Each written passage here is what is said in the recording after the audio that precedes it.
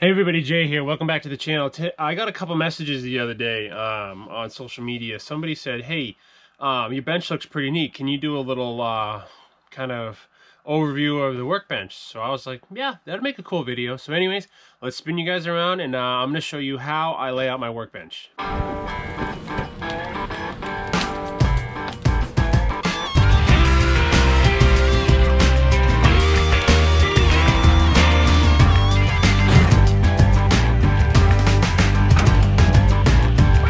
All right, so let's get into it real quick. First thing is work surface.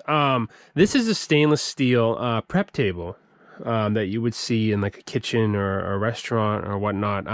I actually got this. I saw this on Craigslist for like $50, and I was just like, I mean, this is probably eighth inch. The guy said he had 2 dough mixers on it. You know, those are heavy, heavy machines. So, anyways, this is a stout stainless steel, just prep table. I mean, I don't really see metal workbenches anywhere. I love it. I really do. Obviously, wood is cool. Wood is nice, but this is stout. This is rigid. It's easy to move. It's easy to clean. Obviously, there's some glue on it from the last couple videos, but anyways. First part of a workbench is you need a bench. Now, as far as comfortable height of a workbench, that's something we're going to get into right now. So as far as workbench height, this is important because if you're here, kind of like a desk at school, if you're here, if you're really working on something, you need to be at a comfortable working height. So for me, I'm 6'1". This workbench to the top of the surface is about 35 inches. As you can see, I can get my knees underneath. I can get in here. I can get here and I can do fine work, or I can just clean. It's a comfortable height. As you can see, my elbows are bent. So if you're building a bench, remember, I'm 6'2". I'm sitting on a stool that is, the stool is, hold on. This is a 24-inch stool. My workbench height is about 35.5 to the top. So this is comfortable. This is a nice working height. This works for me. Could be different for you, but this works for me. So that's the second thing you want to consider is workbench height. All right, so the next thing you want is a nice vise. Again, this isn't any product endorsement or anything. This is just a Wilton vise. My father has a real old vintage vise that I had growing up. So anyways, this is a 90-degree swivel vise by Wilton. I get some soft jaws too for doing fine work if you're cleaning rifles or anything like that, or if you want to clamp an axe handle in here. The soft jaws won't handle it, but just get a vise, angle it on the corner of the bench. Obviously ergonomics, it makes sense, you're out of the way from the working area, but if you have any long garden tools or anything like that, you want to be able to hang them off the side here. Like if you had a long handle and you were redoing the edge on like a rake or something, or a hoe, you want to be able to hang that tool over there. And this also swings in for my chainsaw to sharpen. So let me show you that. Another reason why you want your bench, I do a lot of wood cutting. If you're just joining the channel here, we heat with firewood and all that fun stuff. So anyways, clamp the chainsaw, and you don't need a giant vise for a chainsaw. So you can clamp it in this way. You can do the rakers this way, and then I'll show you when I flip it. And voila, just like that, the chain is flipped. Then I'll come over here on this side and do these side cutters. So that's that as far as vise positioning. So next thing, when how to set up, your perfect workbench or whatever, you want to consider how far away your back of your workbench is.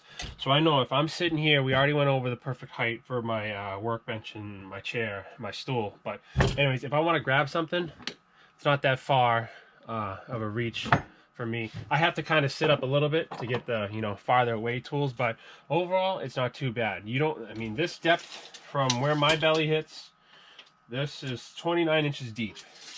So 29 inches deep. If my actual wall was here pulled forward, this is obviously about 6 inches past that.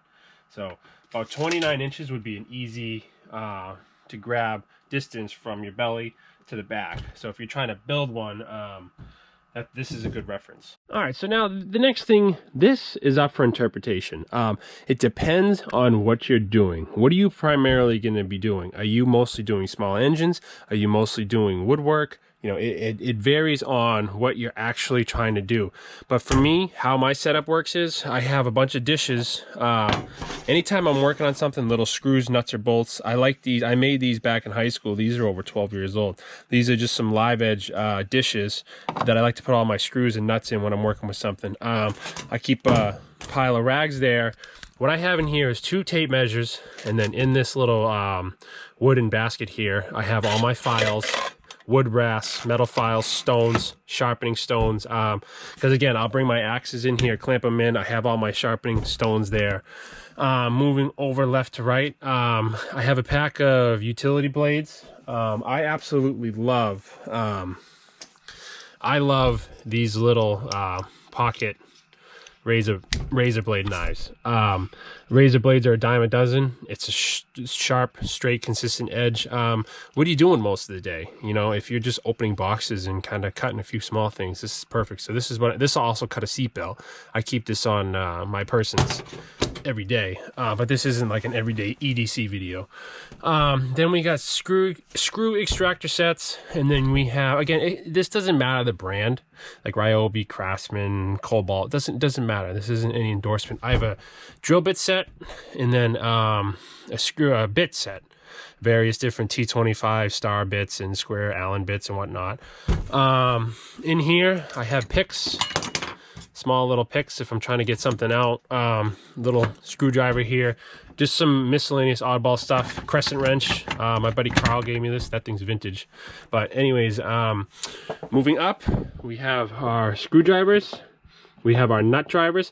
If you just need to buy a nut driver with the assortment. This is, you know, 45 different screwdrivers here. So I have your basic screwdrivers here, and then buy a nut driver set. It will save you a ton of money.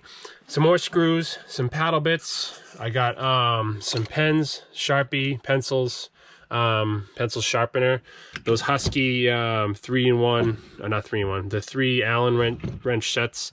On this wall here, I have all my coping saws, metal saws. I have my framing square. I have more blades for the what's it called, for the coping saw. Again, I do a lot of like axe handles, tools, woodworking, so there's just basic stuff there. Then you have just 3 sets of channel locks, some stubby monkey wrenches, monkey wrench pliers, cutters, big set of pliers, and of course a hammer if things get ugly.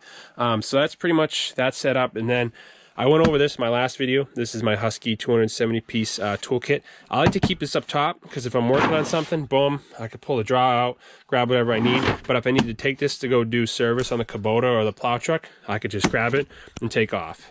Oh, also, I forgot to mention behind the baby monitor here is gloves. Nitro gloves, you know, for doing boiled linseed oil, for doing any chainsaw work. Stuff gets nasty. I have a cubby of rags here, so it works for me.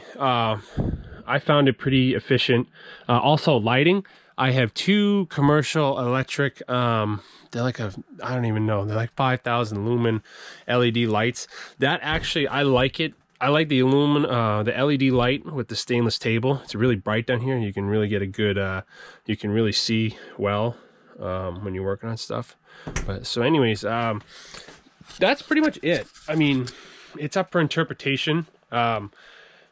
This works for me. Like I said, I had a comment on, hey, can you show us your workbench setup? So this works for me. Primarily what I do is I sharpen and maintain chainsaws, sharpen and maintain all my axes, and then, you know, just small engine work, weed whackers, you know, small Briggs and motors, stuff like that. I'm not doing anything production down here. So this is just a basic setup, you know, that works for me. So anyways, I appreciate you guys watching. I hope you liked it. Hit that thumbs up, and if you have any questions or comments, you know, let me know what you guys think.